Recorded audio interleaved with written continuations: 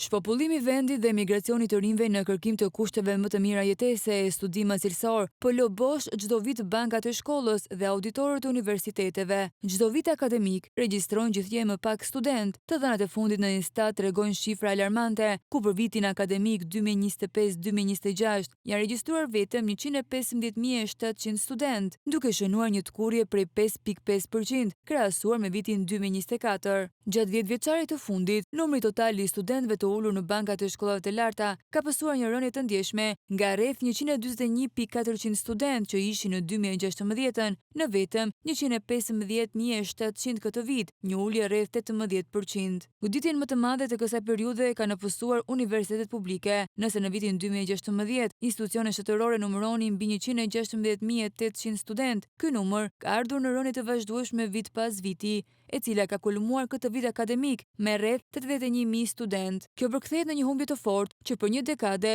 në universitetet publike janë shënuar rënje me rreth 31% të bazës studentore. Zbrazja e auditorëve publik, thekson Monitor, ngre pikpyetje të mëdha mbi qëndrueshmërinë financiare të disa degëve dhe nevojën emergjente për reforma strukturore.